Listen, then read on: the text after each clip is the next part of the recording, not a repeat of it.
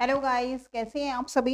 I hope you all are good. So very warm welcome on this online platform achievers academy. So मैं आज यहाँ पर हाजिर हूँ आपके लिए इंग्लिश की सीरीज को लेकर, जिसमें मैंने आपको प्रीवियस पेपर पार्ट 1 करवा दिया था अपनी यूट्यूब वीडियो में। तो आज हम यूट्यूब की वीडियो में ही प्रीवियस पेपर पार्ट 2 लेकर आए हैं आपके लिए। तो पार्ट 1 में मैंने आपको काफ़ी क्वेश्चंस के बारे में है जो आपको सॉल्व करवाया था, और उसके साथ साथ मैंने आपको कंसेप्ट के बारे में बताया था। तो आज भी इस वीडियो में मैं हर क्वेश्चन के साथ आपको कंसेप्ट बताऊंगी। तो स्टार्ट कर लेते हैं अपना प्रीवियस पेपर जो क्वेश्चंस है हमारे उसके पार्ट 2 को, और साथ साथ में जो है कंसेप्ट और कंटेंट जो भी होगा वो मैं आपको प्रोवाइड करवाती जाऊंगी हर एक क्वेश्चंस के साथ। तो ध्यान से इसको जो है लेकर चलिएगा और हमारे साथ बने रहिएगा, और इस चैनल को सब्सक्राइब करें, और जो जितना ज़्यादा हो सके इसको शेयर करें ताकि और बच्चों को भी जो है इसके बेनिफिट मिल पाए। तो स्टार्ट कर लेते हैं अपना प्रीवियस पेपर पार्ट 2। तो ये जो भी मैं आपको करवा रही हूँ ये सभी एग्जाम्स में, यानी कि सभी के लिए जो भी आपका टीचिंग एग्जाम है या फिर आपके HSSC स्क्रीनिंग के एग्जाम है, तो सभी के लिए हेल्पफुल रहेगा। देखो, इंग्लिश ग्रामर है और आपको जो है सभी कंसेप्ट आने चाहिए। ऐसा नहीं है कि ये वाला कंसेप्ट इस पेपर में आएगा, इस पेपर में नहीं आएगा। तो यहाँ पर जो है सब कुछ हम कवर करवाएंगे। ठीक है, तो स्टार्ट कर लेते हैं अपना प्रीवियस पेपर पार्ट 2, और साथ साथ उसके कंसेप्ट को सीख लेते हैं। चलिए, लेट्स स्टार्ट द क्लास। चलिए, तो देखिए हमारा जो फर्स्ट क्वेश्चन है यहाँ पर। तो करवाने से पहले मैं आपको ये कहना चाहूँगी कि आप जो है इस वीडियो को लाइक करें, ताकि कमेंट करें। अगर किसी को कोई भी जो भी टॉपिक है वो समझ में ना आए तो मुझे कमेंट कर दें, या फिर अपने कमेंट में लिखकर मुझे ज़रूर फीडबैक देके, ताकि और अच्छा कंटेंट जो है हम आपके लिए नेक्स्ट वीडियो में लेकर आएंगे। ठीक है, तो हो सकता है नेक्स्ट यूट्यूब वीडियो में आपको जो है चैप्टर वाइज भी शुरू करा दी जाए इंग्लिश ग्रामर। अभी के लिए जो है हम अपने पेपर सॉल्यूशन को देखेंगे। तो स्टार्ट कर लेते हैं। फर्स्ट क्वेश्चन वो पढ़ेंगे। क्वेश्चन नंबर फर्स्ट देखिए यहाँ पर क्या बोल रहा है। Choose the part of the following sentence which has an error. अब हमने यहाँ पर क्या बताना है कि ऐसे पार्ट को चूज करना है जिसमें हमारा एरर हो। ठीक है, जिसमें हमारा एरर हो। एरर देखिए यहाँ पर कहाँ होगा। क्वेश्चन कहता है neither of the two man were very strong. Question है neither of the two man were very strong, और ना चार नीचे आपको अल्टरनेटिव दिए हैं। आपको उसमें से बताना है कि बताइए नीदर ऑफ द टू आएगा, ऑफ द टू मैन वर आएगा, ऑफ द टू मैन आएगा, या फिर इसमें कोई भी एरर नहीं है। ठीक है, तो यहाँ पर देखिए इसका पेपर सॉल्यूशन क्या होगा। फटाफट से जो है मुझे आप कमेंट करके भी बताते रहेंगे, साथ साथ में अपने कमेंट लिखते रहेंगे और जो भी है। तो देखिए neither of the two man, सबसे पहले तो हमें ये देखना होता है, इसमें सारे के सारे जो भी कंसेप्ट है ना वो मैं आपको साथ साथ क्लियर करती जाऊंगी। ठीक है, तो इसमें देखिए जो आपका है ना नीदर, नीदर नीदर का मतलब होता है ये एक नेगेटिव वर्ड है। ठीक है, जो नीदर है हमारा ये एक नेगेटिव वर्ड है। ठीक है, तो नेगेटिव वर्ड होने के कारण अब आप ध्यान रखेंगे ये जो नीदर होता है ये हमेशा क्या होता है, सिंगुलर होता है। ठीक है, पहली बात ये होगी कि नीदर जो है ये हमेशा क्या होता है, सिंगुलर होता है। और सिंगुलर होने का मतलब क्या है कि इसके साथ आप कोई भी वर्ब लगाएंगे तो वो हमेशा क्या आएगी, भी सिंगुलर आएगी। ठीक है, तो आगे देखिए।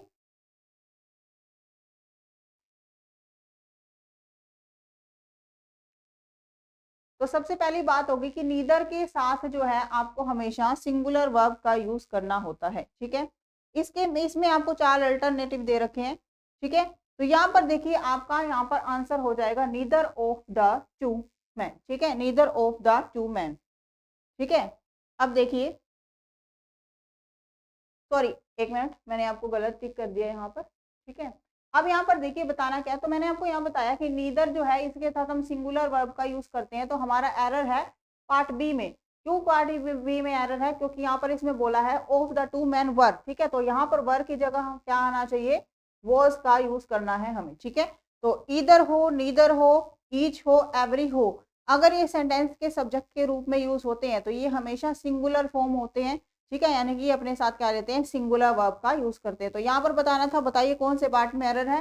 तो एरर है आपके बी पार्ट में, जिसमें आना था of the two man was, और यहाँ पर आपको दे रखा है ऑफ द टू मैन वर। ठीक है, तो आपका करेक्ट आंसर हो जाएगा ऑप्शन नंबर बी।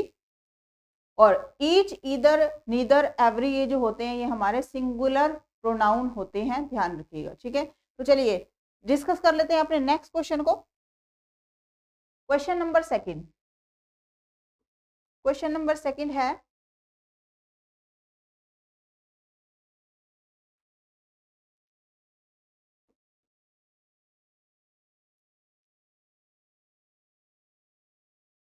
देखिए question number two, question number two है the growing number of visitors dash the footpath, the growing number of the growing number of visitors dash of the footpath. अब यहाँ पर देखिए ये हमारा क्वेश्चन कहाँ से है, ये हमारा क्वेश्चन है भाई सब्जेक्ट वर्ब एग्रीमेंट से। ये हमारा क्वेश्चन है subject verb agreement. Subject verb agreement क्या होता है कि आपको वर्ब को प्लेस करना होता है सब्जेक्ट के अकॉर्डिंग, यानी कि कहने का मतलब है जैसा आपका सब्जेक्ट है वैसे ही आपकी क्या आ जाएगी, वर्ब आ जाएगी। तो यहाँ पर बोला है the growing number of visitors dash the footpath, और आपको चार ऑप्शन दिए हैं। फर्स्ट में कह रहा है कि बताइए आर डैमेजिंग आएगा, इज डैमेजिंग आएगा, वर डैमेजिंग आएगा या डैमेजेस आएगा। ठीक है, अब यहाँ पर देखिए हमारे को, मैं आपको एक कंसेप्ट बता देती हूँ। यहाँ पर कभी भी आपको किसी भी सेंटेंस में ऑफ प्रेपोजिशन दे रखी हो,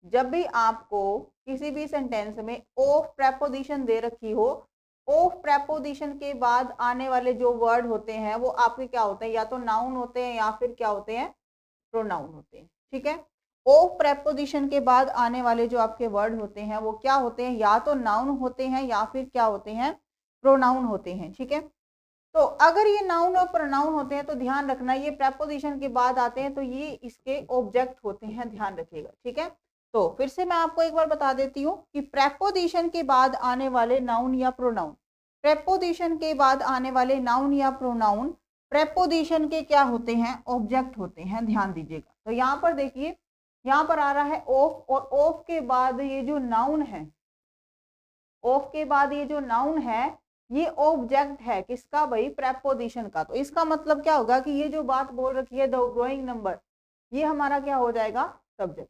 ठीक है, ऑफ के बाद वाला यदि ऑब्जेक्ट होता है तो ऑफ से पहले वाला क्या होगा, सब्जेक्ट होगा। और मैं आपको बता दूं कि सब्जेक्ट क्या होता है, जिसके बारे में हम बात करते हैं, whom we talk about। ठीक है, मैंने अपनी प्रीवियस वीडियो में भी ये बात आपको अच्छे से क्लियर की है कि सब्जेक्ट वो होता है जिसके बारे में बात की जाए। ठीक है, सब्जेक्ट हमेशा करता नहीं होता, सब्जेक्ट हमेशा वो होता है जिसके बारे में बात की जाए। तो यहाँ पर बात की जा रही है ग्रोइंग नंबर की। ठीक है, और नंबर यहाँ पर देखिए ये सिंगुलर फॉर्म है, नंबर यहाँ पर कौन सी फॉर्म है, सिंगुलर फॉर्म है। ठीक है, सिंगुलर फॉर्म है। और देखिए यहाँ पर आपका क्या हो जाएगा, the growing number of visitors dash the footpath. ठीक है, तो यहाँ पर क्या हो जाएगा, इज डैमेजिंग, क्या हो जाएगा, इज डैमेजिंग। ठीक है, इज डैमेजिंग द फुटपाथ। ठीक है, तो ये आपका आंसर हो जाएगा। और इसके अकॉर्डिंग यानी कि हमें क्या करना है, सब्जेक्ट के अकॉर्डिंग अपनी वर्ब को चूज करना है। ठीक है, ठीक है, अब यहाँ पर देखिए यहाँ पर ये हमारा प्रेजेंट इंडेफिनिट नहीं हो सकता, ये आर है प्लूरल, ये नहीं हो सकता, ये वर्ब प्लूरल है, ये नहीं हो सकता। तो इसका मतलब option number B is the right answer, क्योंकि ऑप्शन नंबर बी में ही हमारा सिंगुलर फॉर्म आ रहा है वर्ब का। ठीक है, आई होप आपको क्लियर हो गया होगा कि जैसे हमारा सब्जेक्ट होता है वैसे ही हम वर्ब का यूज करते हैं, और ऑफ से पहले वाला जो होता है हमारा वो क्या हो जाता है, सब्जेक्ट होता है जिसके बारे में हम बात कर रहे हैं। ठीक है, I hope that is clear. चलिए let's proceed the next question, और नेक्स्ट क्वेश्चन को देख लेते हैं ये हमें क्या कहता है। तो नेक्स्ट क्वेश्चन में देखिए ए बी सी डी, आपको मैं यहाँ पर चार ऑप्शन दे देती हूँ। ठीक है, नेक्स्ट पेज पे आपके ऑप्शन है, it must starts and it starts, it must starts, it must start and it start. ठीक है, तो यहाँ पर देखिए आपको ABCD चार ऑप्शन दिए गए हैं। ठीक है, अब यहाँ पर देखिए क्या बोल रहा है, there is a programme on television, तो थोड़ा सा आप कम कर लेते हैं। चलिए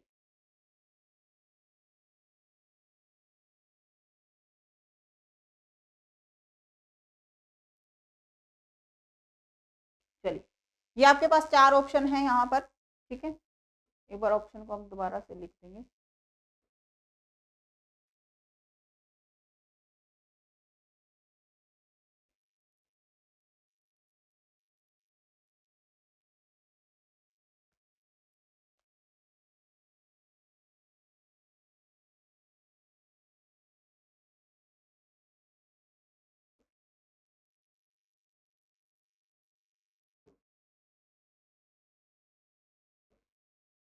चलिए, ऑप्शन नंबर सी था it must start, and option number D था हमारा इट स्टार्ट्स, ठीक है। चलिए फटाफट से जो है यहाँ पर बता देंगे कि इसका आंसर क्या होना चाहिए, ठीक है। तो हम जो है इस कंसेप्ट को क्लियर करेंगे। There is a programme on television that I want to watch dash in 5 minutes, ठीक है। अब यहाँ कह रहा है कि कोई प्रोग्राम है, ठीक है, टेलीविजन पर जो कि मैं देखना चाहता हूँ, ठीक है। कोई प्रोग्राम है टेलीविजन पर, क्या कह रहा है कि जो कि मैं देखना चाहता हूँ डैश इन 5 मिनट्स, ठीक है, जो 5 मिनट्स में स्टार्ट होने वाला है, ठीक है, जो 5 मिनट्स में स्टार्ट होने वाला है। अब देखिए यहाँ पर क्या क्या क्या कहता है कि अगर हमें यहाँ पर दिए रखा है 5 मिनट्स, ठीक है, तो 5 मिनट की बात हो रही है कि 5 मिनट में स्टार्ट होने वाला है। अब यहाँ पर कंसेप्ट क्या कहता है, अब यहाँ पर कंसेप्ट कहता है कि यदि हम फ्यूचर टेंस लिखते हैं, ठीक है, यदि हम फ्यूचर टेंस की बात करें तो वहां पर हम यूज करते हैं विल और शैल का, है ना। विल और शैल प्लस वर्ब की फर्स्ट फॉर्म का हम यूज करते हैं किसमें भाई, फ्यूचर टेंस में, आप सभी को पता है, ठीक है। ठीक है, मैं एक बार इसको यहीं समझा देती हूँ, ठीक है। तो हम फ्यूचर टेंस का यूज करते हैं हम जब हमें विल और शैल का यूज करना होता है प्लस वर्ब की फर्स्ट फॉर्म के साथ, है ना। तो फ्यूचर टेंस में हम विल शैल प्लस वर्ब की फर्स्ट फॉर्म का यूज करते हैं, ठीक है। दूसरी बात, अगर हमें कोई फ्यूचर का टाइम दे रखा हो, ठीक है, प्लस अगर हमें कोई फ्यूचर का टाइम दे रखा हो, ठीक है, तो फ्यूचर के टाइम को यानी कि फ्यूचर टेंस को ही हम किसमें बना सकते हैं, प्रेजेंट इनडेफिनेट टेंस में, ठीक है। प्रेजेंट इनडेफिनेट टेंस में हम इसको बना सकते हैं। क्यों, कैसे बना सकते हैं, शर्त ये है कि इसके साथ हमें क्या लगाना होता है, फ्यूचर का टाइम, ठीक है। इसके साथ हमें क्या लगाना होता है भाई, फ्यूचर का टाइम, ठीक है। कहने का मतलब है कि जो भी हमारे फ्यूचर के टेंसेस होते हैं यानी कि फ्यूचर का समय होता है उसको हम डिनोट किससे करते हैं भाई, अपने विल और शैल से, ठीक है। हमेशा विल और शैल से करते हैं। अगर हम प्रेजेंट इंडेफिनिट टेंस के साथ यदि फ्यूचर का टाइम ऐड कर दें तो इसको भी हम बना सकते हैं और ये भी हमारा सही होगा। फॉर एग्जाम्पल क्या होगा, जैसे मैंने कहा I will go to Mumbai, I will go to Mumbai tomorrow, ठीक है। तो इसका मतलब क्या हुआ कि मैं कल मुंबई जाऊंगा, ठीक है। आप यहाँ विल की जगह शैल भी लिख सकते हैं, ठीक है। तो आई शैल गो टू मुंबई टुमारो, ठीक है। तो पहली बात तो ये होगी। क्वेश्चन नंबर 2 में देखिए हम इसको कैसे बना सकते हैं। अगर मैं कहूँ I go to Mumbai, I go to Mumbai tomorrow, ठीक है। अब मैंने यहाँ पर क्या कर दिया कि यहाँ पर गो जो है ना, इससे पता चला कि ये वर्ब की फर्स्ट फॉर्म है यानी कि कौन सा टेंस है भाई, प्रेजेंट इंडेफिनिट टेंस, ठीक है। और प्रेजेंट इंडेफिनिट टेंस के साथ ही मैंने क्या लगा दिया, फ्यूचर का टाइम लगा दिया। तो इसका मतलब ये हमारा कौन सा सेंटेंस बन गया भाई, फ्यूचर का टेंस बन गया। तो इसका कहने का मतलब है कि फ्यूचर के जो टेंस होते हैं ना, फ्यूचर का जो टाइम है उसको हम डिनोट कर सकते हैं प्रेजेंट इंडेफिनिट टेंस के साथ भी। और कंडीशन क्या होगी कि हमें उसके साथ फ्यूचर का टाइम मेंशन करना होगा, ठीक है। तो फ्यूचर के टेंसेस प्रेजेंट इंडेफिनिट टेंस में भी बन सकते हैं, ठीक है। तो यहाँ पर आपको यही बता रखा है, ठीक है। तो कहने का मतलब है कि ये प्रोग्राम जो है ना टीवी पर, there is a programme, TV पर एक प्रोग्राम है जिसे मैं देखना चाहता हूँ और 5 मिनट में स्टार्ट होगा, ठीक है। तो यहाँ पर देखिए इट स्टार्ट नहीं हो सकता, ठीक है, इट इज स्टार्टिंग नहीं होगा, ठीक है, मस्ट नहीं होगा यहाँ पर, ठीक है।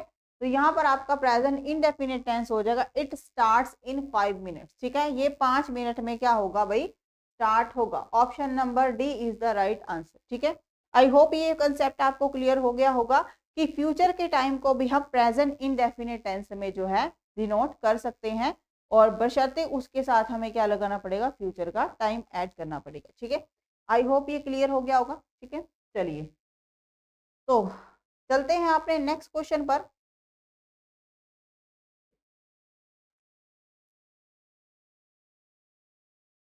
नेक्स्ट क्वेश्चन पर देखते हैं।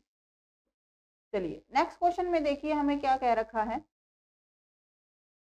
जी, complete the sentence by choosing the correct form of the verb given in bracket. ठीक है, तो correct form of the verb हमें यहाँ पर लगानी है, और यहाँ पर क्या कह रहा है question, tomorrow I dash office early to attend a meeting. ठीक है, और ब्रैकेट में आपको दे रखा है लीव। अब आपको यहाँ पे देखिए टेंस से रिलेटेड क्वेश्चन है। ठीक है, तो टेंस से रिलेटेड क्वेश्चन है और हमारे को टाइम दे रखा है टुमारो का। ठीक है, टाइम दे रखा है टुमारो। टुमारो का टाइम हमें क्या बताता है कि ये फ्यूचर का समय है। ठीक है, टुमारो हमें क्या बताता है कि ये फ्यूचर का टाइम है। ठीक है, और फ्यूचर के टाइम को डिनोट करने के लिए हम किसका यूज करते हैं, रूल के अकॉर्डिंग विल और शैल का। ठीक है, विल और शैल का यूज हम करते हैं। ठीक है, तो tomorrow I dash office early to attend a meeting. तो यहाँ पर क्या कहना चाहता है कि I will leave office early to attend a meeting. ठीक है, I will leave office early to attend the meeting. ठीक है, तो ये आपका करेक्ट आंसर हो जाएगा। ठीक है, टुमारो आ गया तो इसका मतलब रूल क्या कहता है कि आपको फ्यूचर के साथ हमेशा किसका यूज करना होता है, विल और शैल का। ठीक है, विल और शैल का। अब यहाँ पर देखिए,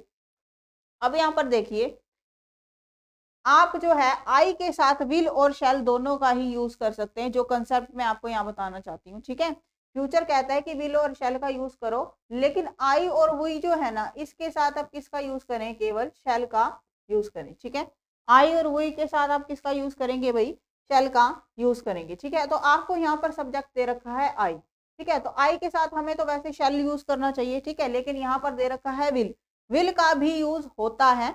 ठीक है, लेकिन जब डिटर्मिनेशन की बात हो। ठीक है, तो रूल नहीं कहता कि आई के साथ हम विल का यूज करें। ठीक है, तो ये गलत हो गया, लिविंग नहीं होगा।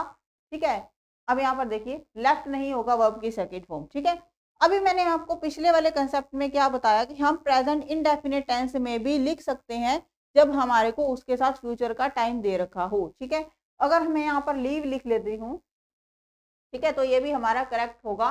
Tomorrow I leave office early to attend a meeting. ठीक है, tomorrow I leave office early to attend a meeting. तो यहाँ पर कहने का मतलब क्या हो गया कि आई और वी के साथ तो हमारे को शैल लगाना होता है, लेकिन हमें यहाँ पर दिया है विल, तो हम इसको कट करके हम इसको प्रेजेंट इंडेफिनिट टेंस में बना सकते हैं। यदि हम प्रेजेंट इंडेफिनिट टेंस के साथ फ्यूचर का टाइम लगा दे तो वो भी हमारा सही होता है। तो option number A is the right answer.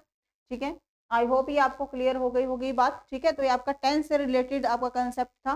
चलिए क्वेश्चन नंबर नेक्स्ट देख लेते हैं, हमारा नेक्स्ट क्वेश्चन क्या है।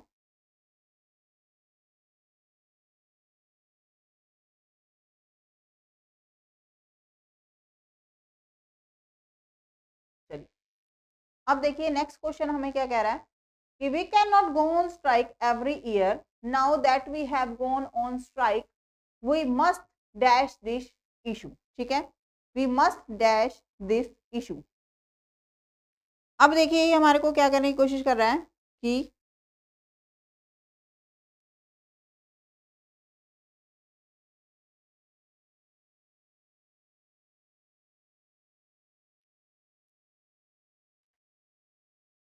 अब कह रहा है we can not go on strike every year, हम जो है हमेशा हर साल स्ट्राइक पर नहीं जा सकते। Now that we have gone on strike we must dash इस इशू। ठीक है, अब जो है हम वहां पर जाएंगे। ठीक है, we have gone on strike, हम वहां पर गए और हमें क्या करना है, वहां पर उसका जो इशू है ना उसको खत्म करना है। ठीक है, उन्होंने इशू की बात की है तो वहां पर खत्म करने की बात कही गई है। ठीक है, देखिए क्रॉस का मतलब तो क्या होता है, गलत करना। ठीक है, क्रॉस एक तो ये वाला हो गया और एक होता है प्रेपोजिशन के रूप में इसको पार करना। ठीक है, अब देखिए option number C, option number B, clinch का मतलब होता है जीता हुआ। ठीक है, क्लिंच का मतलब होता है जीता हुआ, और कोऑर्डिनेट का मतलब क्या होता है, सहयोग देना। ठीक है, कोऑर्डिनेट का मतलब क्या होता है, सहयोग देना। और कल्मिनेट, कल्मिनेट का मतलब होता है समापन। ठीक है, कल्मिनेट का मतलब होता है हमें किसी चीज को क्या करना है, समाप्त करना है, खत्म करना है। तो हमारा जो है करेक्ट आंसर हो जाएगा ऑप्शन नंबर सी। ठीक है, तो option number C is the right answer. वो वहां पर इशू को क्या करना चाहते हैं भाई, कल्मिनेट करना चाहते हैं, यानी कि उसको क्या करना चाहते हैं, समाप्त करना चाहते हैं। ठीक है, तो यहाँ पर आई होप आपको क्लियर हो गया होगा। तो कल्मिनेट का मतलब होता है किसी भी चीज को खत्म करना। ठीक है, उनका समापन करना, यानी कि किसी भी विवाद को खत्म करना, डिस्प्यूट को खत्म करना, इशू को खत्म करना। ठीक है, तो आई होप क्लियर होगा। चलिए नेक्स्ट हमारे पास क्वेश्चन क्या आता है, नेक्स्ट क्वेश्चन चलिए इसमें देख लेंगे। नेक्स्ट क्वेश्चन क्या कहता है, he will pass dash he works hard. ठीक है, he will pass dash he works hard.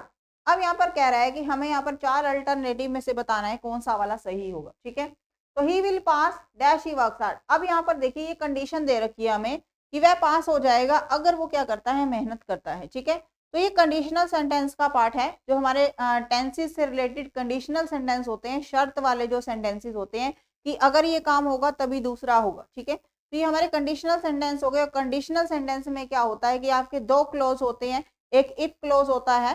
ठीक है, एक आपका इफ क्लोज होता है, और इफ का मतलब होता है कि कंडीशन बताना। ठीक है, इफ का मतलब क्या होता है, कंडीशन बताना है कि अगर ये काम होगा तभी दूसरा काम होगा। ठीक है, तो यहाँ पर देखिए एज नहीं आएगा। ठीक है, एंड का कोई यहाँ पर बनता नहीं है। ठीक है, वाइल का मतलब भी कोई यहाँ पर कोई भी मीनिंग नहीं दे रहा। ठीक है, तो यहाँ पर मीनिंग आ रहा है इफ का। He will pass if he works hard, अगर वो पास हो जाएगा अगर वो क्या करता है भाई, मेहनत करता है। ठीक है, तो आपको क्या करना होता है, जो इफ क्लॉज होती है ना, इसके बाद आपको प्रेजेंट इंडेफिनिट टेंस लिखना होता है। ठीक है, इसके बाद आपको क्या, कौन सा टेंस लिखना होता है, प्रेजेंट इंडेफिनिट टेंस लिखना होता है। ठीक है, तो उसके बाद आपको लिखना होता है यहाँ पर फ्यूचर इंडेफिनिट। ठीक है, ये आपका स्ट्रक्चर होता है भाई कंडीशनल सेंटेंस का। इफ क्लोज के बाद आपको वर्ब की फर्स्ट फॉर्म लिखनी होती है, और उसके बाद आपको फ्यूचर इंडेफिनिट लिखना होता है। तो आपका आंसर यहाँ पर हो जाएगा इफ, और इफ के बाद देखिए आपकी वर्ब की फर्स्ट फॉर्म है, और उसके बाद आपका फ्यूचर का टेंस आ रहा है। ठीक है, तो ये आपका कंडीशनल सेंटेंस का पार्ट था। तो आई होप ये आपको क्लियर हो गया होगा। ठीक है, चलिए आगे कुछ और क्वेश्चन डिस्कस कर लेते हैं हम। नेक्स्ट क्वेश्चन देखिए, नेक्स्ट क्वेश्चन हमें क्या कह रहा है,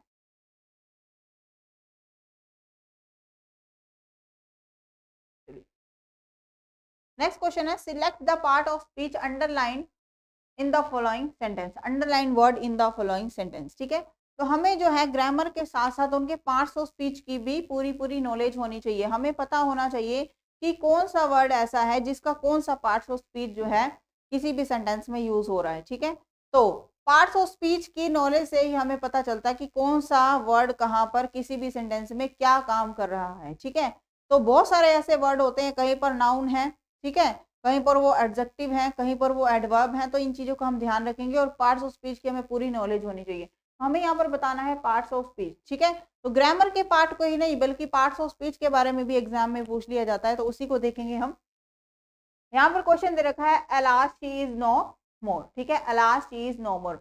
अलास जो होता है ना हमारा, ये एक सडन फीलिंग के लिए यूज होता है। ठीक है, अब देखिए अलास हो गया, हुर्रा हो गया। ठीक है, इस पीछे इसके एक्सक्लेमेटरी साइन आ जाते हैं। ठीक है, हरास हो गया, अलास हो गया, हुर्रा हो गया, ब्रेवो हो गया। ठीक है, वाओ हो गया, वट हो गया। तो ये सारे के सारे ऐसे वर्ड हैं जो हमारे को क्या बताते हैं भाई, सडन फीलिंग, है ना। सडन फीलिंग का मतलब है ऐसी फीलिंग जो अचानक से आ जाए। ठीक है, ऐसी फीलिंग जो अचानक से आ जाए। मान लीजिए हमारे सामने कुछ डराने वाली चीज हो गई, तो हम अचानक से क्या हो जाएंगे, डर जाएंगे। मान लीजिए कोई मैच जीत गया, मान लीजिए हमारी इंडिया की टीम जो है वो मैच जीत गई, तो फटाफट से हम बोलेंगे hurrah, we won the match, हम मैच जीत गए। तो खुशी की फीलिंग हो, या फिर कोई डराने वाली फीलिंग हो, फिर या फिर कोई सैडनेस की फीलिंग हो, तो ये जितनी भी फीलिंग्स होती हैं इनको हम एक्सप्रेस करने के लिए जो है एक्सक्लेमेटरी साइन वाले इन वर्ड्स का यूज करते हैं। और ये वर्ड हमारे क्या कहलाते हैं भाई, इंटरजेक्शन।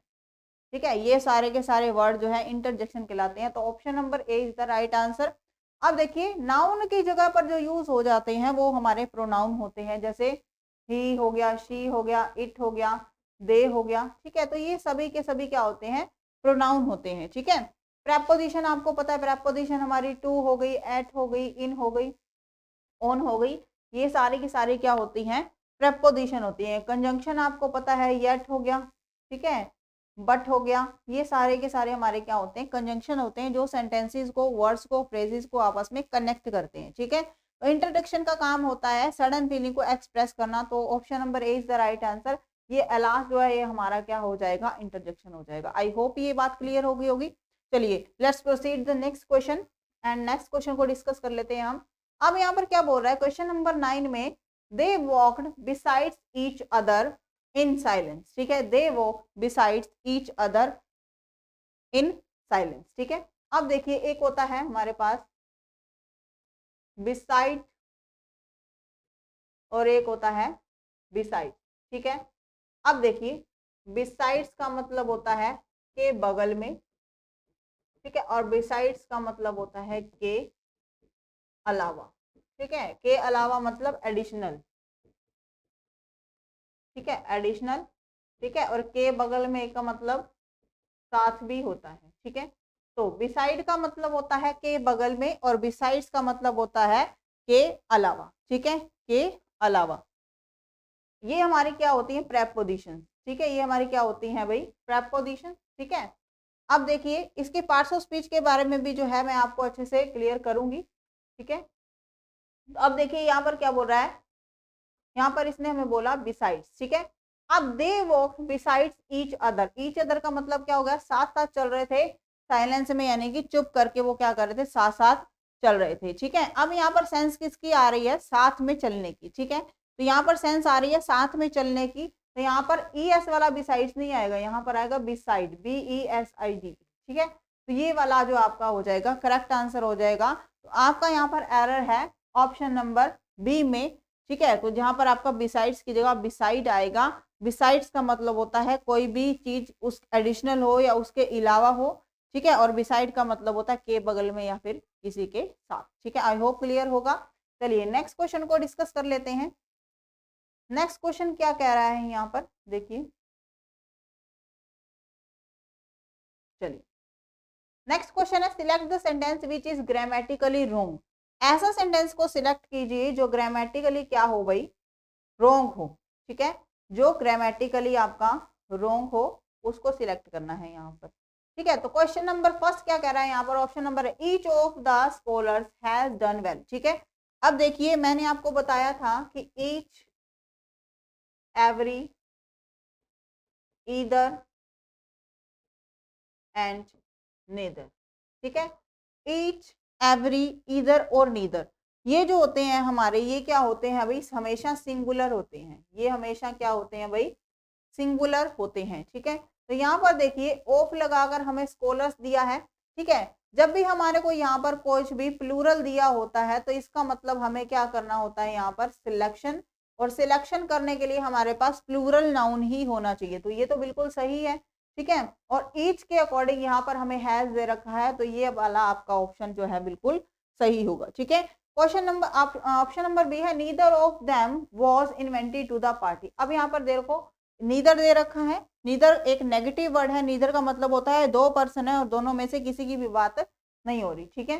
तो नीदर हमारा जो है एक सिंगुलर प्रोनाउन होता है, और सिंगुलर प्रोनाउन के साथ हमने क्या लगाना है, यहाँ पर सिंगुलर ही वर्ब लगानी है, ठीक है। ईच, एवरी, ईदर, नीदर जो होते हैं ये हमारे क्या होते हैं, हमेशा सिंगुलर होते हैं, ठीक है। नेक्स्ट है, I was the man whom they thought was dead, ठीक है। आई वॉज द मैन, अब देखो आई वॉज द मैन, अब यहाँ पर देखो आई के साथ क्या दे रखा है, आई वॉज द मैन, आई के साथ हमारा वॉज ही आएगा, I was the man whom they thought was dead, ठीक है। अब ऑप्शन नंबर ये भी हमारा सही है, क्योंकि हमारे को बिल्कुल आई के साथ वॉज दे रखा है, बिल्कुल सही होगा, ठीक है। अब यहाँ पर मेरे को हमारे को दे रखा है who do you think she is, ठीक है, who do you think she is.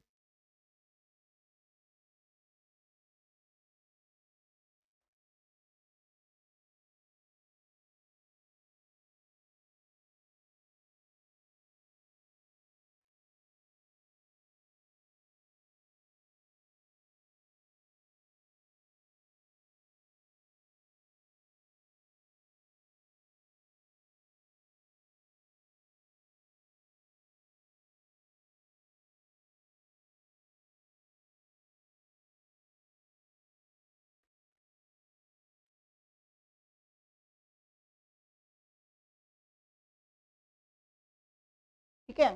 तो चलिए यहाँ पर question number second question number 7 है, who do you think she is. तो हमारा जो ऑप्शन नंबर डी है ना, ये हमारा क्या हो जाएगा, गलत हो जाएगा। ठीक है, तो इसमें हमारा जो है सेंटेंस का जो स्ट्रक्चर है ना वो हमारा गलत है। ठीक है, तो इसमें जो है सेंटेंस का स्ट्रक्चर जो है वो गलत है। ठीक है, अब देखिए यहाँ पर हमें डू भी दे दिया और यहाँ पर इज भी दे दिया। ठीक है, तो दो टेंसेस का हमारे यहाँ पर यूज कर लिया इन्होंने। ठीक है, तो जबकि एक ही टेंस का यहाँ पर यूज होना चाहिए था, यहाँ पर इन्होंने प्रेजेंट इनडेफिनिट टेंस का हेल्पिंग वर्ब को यूज कर लिया और यहाँ पर देखिए प्रेजेंट कॉन्टिन्यूस टेंस का इन्होंने क्या कर लिया यहाँ पर यूज इज। तो हमारा जो ऑप्शन नंबर डी है ये हमारा रॉन्ग होगा। ठीक है, तो यहाँ से आपको कंसेप्ट पता चला कि ईच एवरी इधर नीदर हमेशा अपने साथ सिंगुलर वर्ब लेते हैं। ठीक है, और ऑप्शन नंबर डी है ये हमारा रॉन्ग है, क्योंकि इसमें जो है हमारे जो वर्ब्स हैं उसको भी बहुत ही गलत ढंग से जो है यूज किया गया है। ठीक है, तो चलिए नेक्स्ट क्वेश्चन को देख लेते हैं। नेक्स्ट क्वेश्चन क्या कहता है, अब यहाँ पर देखिए कंसेप्ट क्या है, ये एक आर्टिकल का क्वेश्चन है। ठीक है, ये हमारा क्वेश्चन किसका है भाई, आर्टिकल का क्वेश्चन है और ये कह रहा है कि Ram gave me dash 1 rupee note, Ram gave me dash 1 rupee note.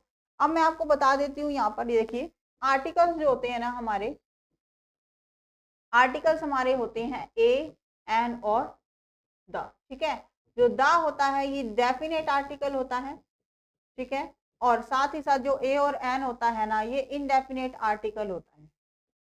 ये कौन सा आर्टिकल होता है, इनडेफिनेट आर्टिकल होता है। ठीक है, और जो इन ए और एन होता है ना ये किस पर चलता है, ये साउंड बेस्ड आर्टिकल होता है। ठीक है, ये कौन सा आर्टिकल होता है, साउंड बेस्ड आर्टिकल होता है। साउंड का मतलब हो गया कि एक तो आपके पास वोवल साउंड होती है और एक होती है कॉन्सोनेंट साउंड होती है। ठीक है, वोवल क्या होता है,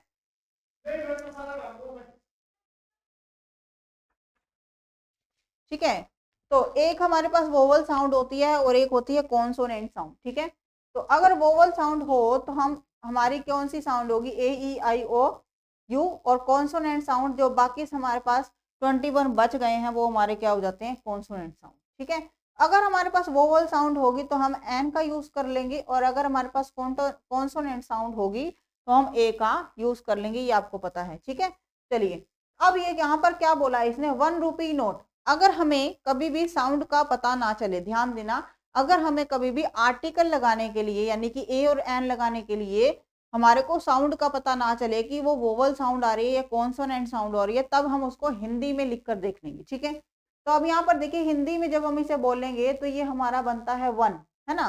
हिंदी में जब हम इसे बोलेंगे तो ये हमारा क्या आता है, 1।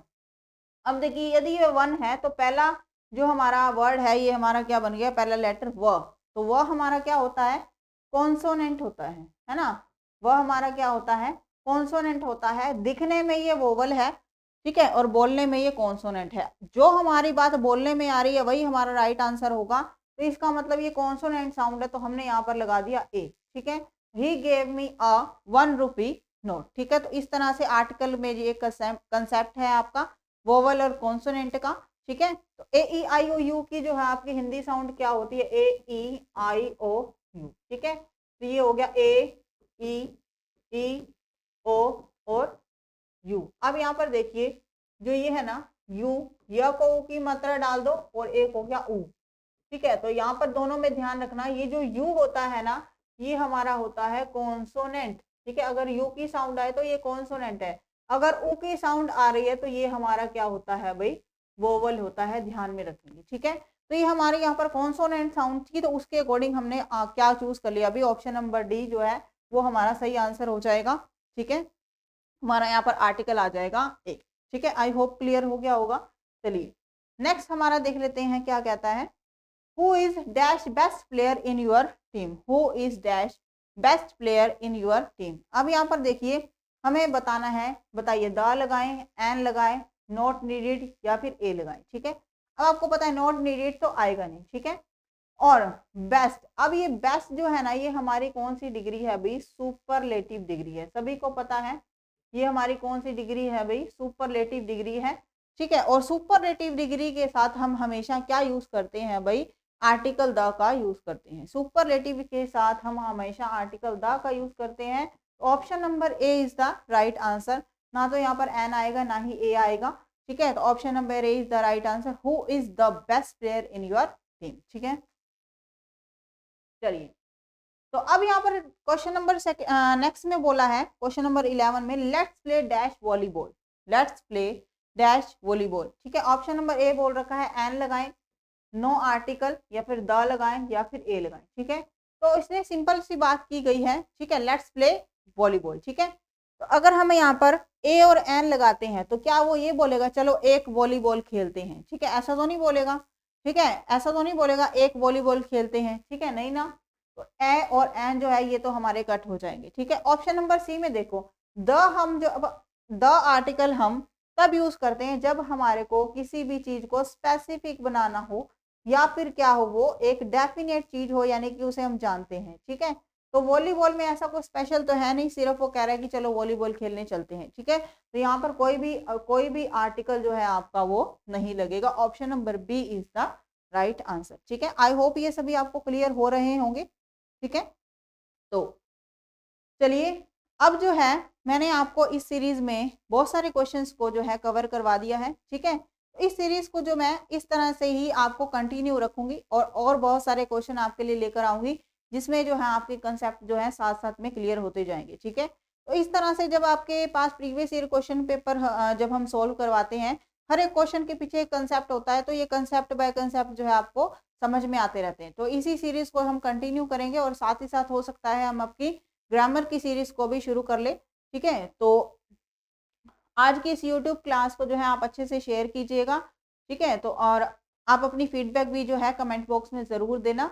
और मेरी जो पहली वीडियो है प्रीवियस ईयर के पेपर पार्ट 1 की, उसको भी आप जो है ज़रूर देखेंगे, उसमें भी मैंने बहुत सारे कंसेप्ट को जो है क्लियर किया है, ठीक है। तो चलिए, आज की यूट्यूब की इस वीडियो में इतना ही, और मिलेंगे हम अपनी नेक्स्ट वीडियो में। तब तक के लिए सभी को ऑल द बेस्ट, ठीक है। अपनी तैयारी को बहुत बढ़िया से रखिए, इस वीडियो को अच्छे से शेयर कीजिएगा, लाइक कीजिएगा, तभी जो है मोटिवेशन मिलता है और हम आपके लिए अच्छे से अच्छा कंटेंट जो है आगे लेकर आते हैं, ठीक है। तो आज के इस वीडियो में इतना ही, मिलते हैं अपनी नेक्स्ट वीडियो में, तब तक के लिए ऑल द बेस्ट सभी को, बाय बाय।